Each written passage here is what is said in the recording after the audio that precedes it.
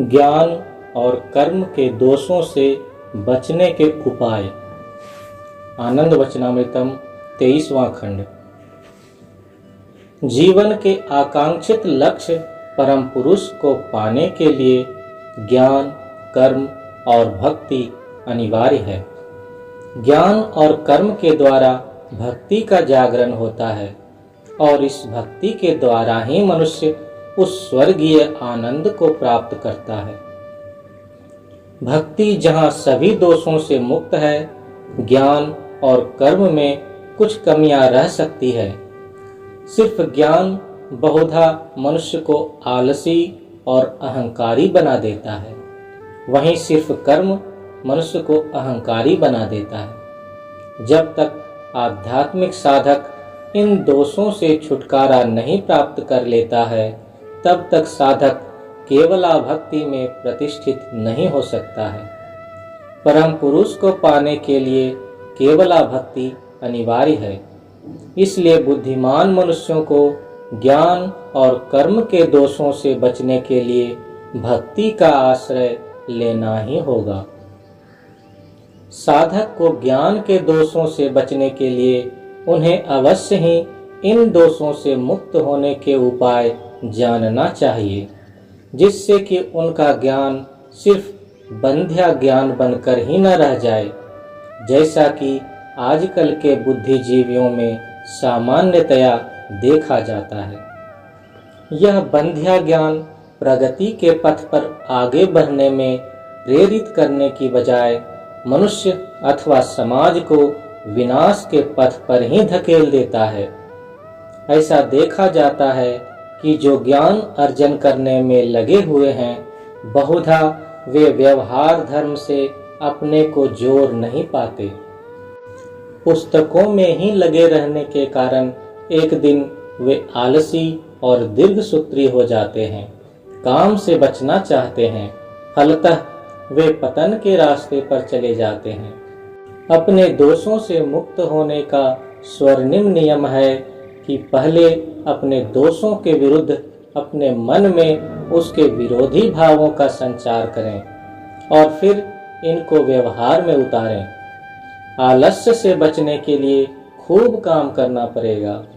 कर्म परम सत्ता की ही अभिव्यक्ति है, इसलिए काम करना होगा, ज्यादा से ज्यादा काम करना होगा। कर्म ब्रह्मेति कर्म बहुकुर्वित, कर्म ही ब्रह्म है, इसलिए अधिक से अधिक कर्म करो। यहाँ कर्म का यह अर्थ नहीं है कि बिना परिणाम यूं ही व्यस्तता में उलझे रहना।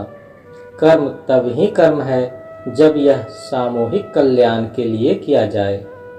प्रत्येक को सामूहिक कल्याण की कार्य योजनाओं को अमली जामा पहनाने के लिए सक्रिय होना चाहिए। यह बहुत महत्वपूर्ण है। सिर्फ यही उसे आलस्य और दीर्घसूत्रता से बचा सकेगा। अहंकार, वह अहंकार जो व्यष्टि में ज्ञान के कारण पैदा होता है, मानव जीवन पर इसका गंभीर दुष्प्रभाव पड़ता है। यह मनुष्य का संपूर्णतः पतन करा देता है। अहंकार मूल रूप में 3 तरह का होता है और उनमें से सभी भयंकर दुष्प्रभाव छोड़ता है।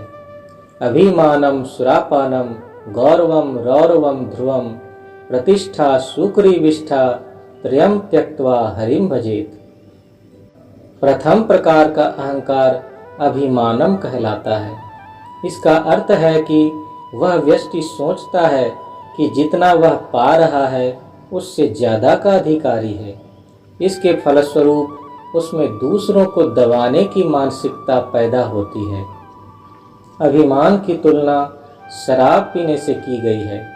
जिसे भी यह आदत लग जाती है, वह अपना विवेक खो बैठता है, ठीक पियक्कर शराबी की तरह। एक मनुष्य और पशु में इसलिए अंतर है कि मनुष्य में विवेक है, बुद्धि है, अच्छे बुरे की पहचान है।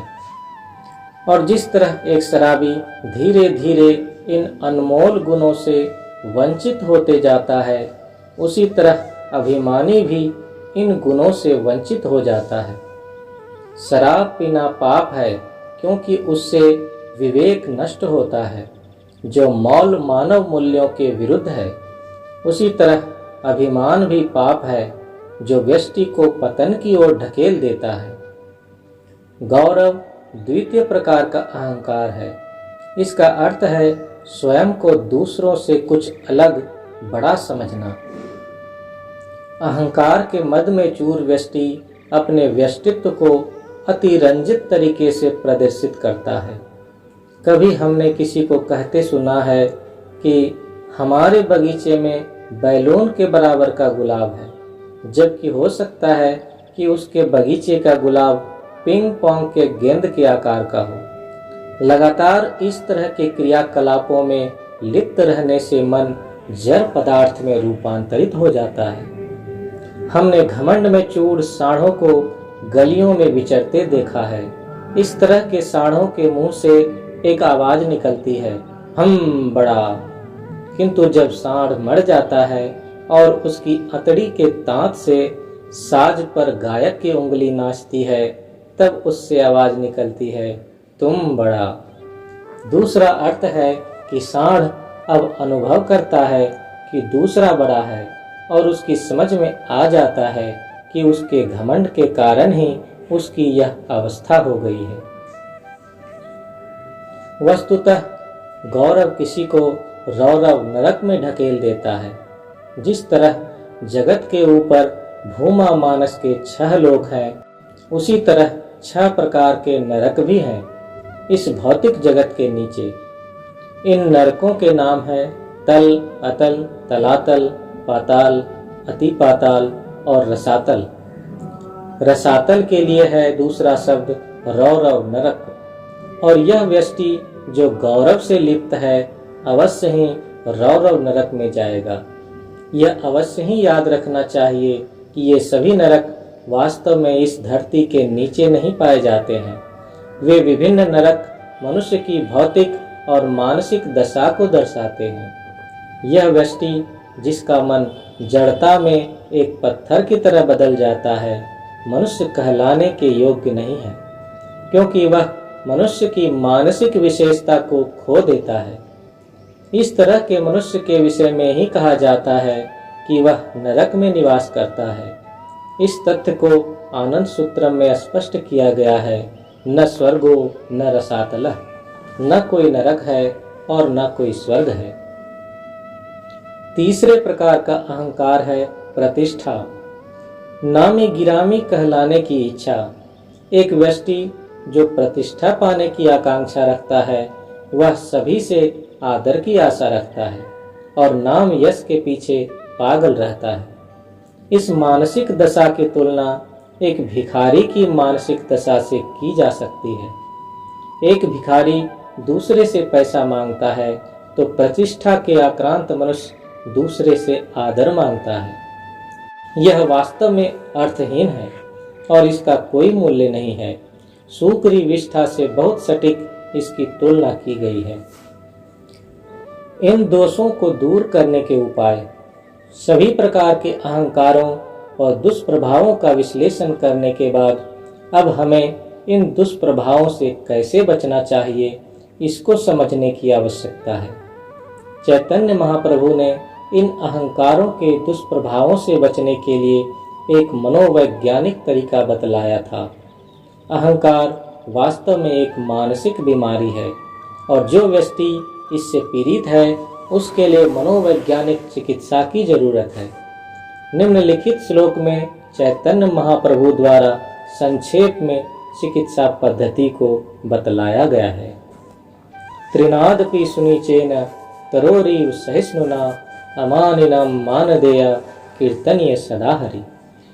अभिमान से मुक्त होने के लिए विनम्र और सरल होना होगा। जैसे घास की पत्ती पैरों से कुचले जाने पर भी विनम्र ही बनी रहती है और अपना महत्व भी नहीं खोती है, इसी तरह एक विनम्र व्यक्ति कभी भी महत्वहीन नहीं होता। घास की पत्ती की तरह विनम्रता ही मनुष्य को अभिमान से बचा सकती है। वृक्ष की तरह सहिष्णुता चाहिए जो अपने काटे जाने पर भी ठंडी छाया देता ही रहता है। अतः अभिमान से बचे रहने के लिए वृक्ष जैसी सहिष्णुता चाहिए।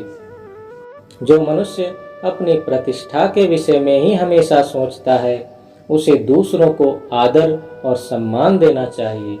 इन लोगों को यह कभी नहीं भूलना चाहिए कि दूसरों को आदर देने से ही आदर मिलता है, और इन लोगों को हमेशा उन लोगों को आदर और सम्मान देना चाहिए जिन्हें यह कोई नहीं देता है। इस तरह का निरंतर प्रयास प्रतिष्ठा पाने की आकांक्षा के दोष को दूर कर देगा।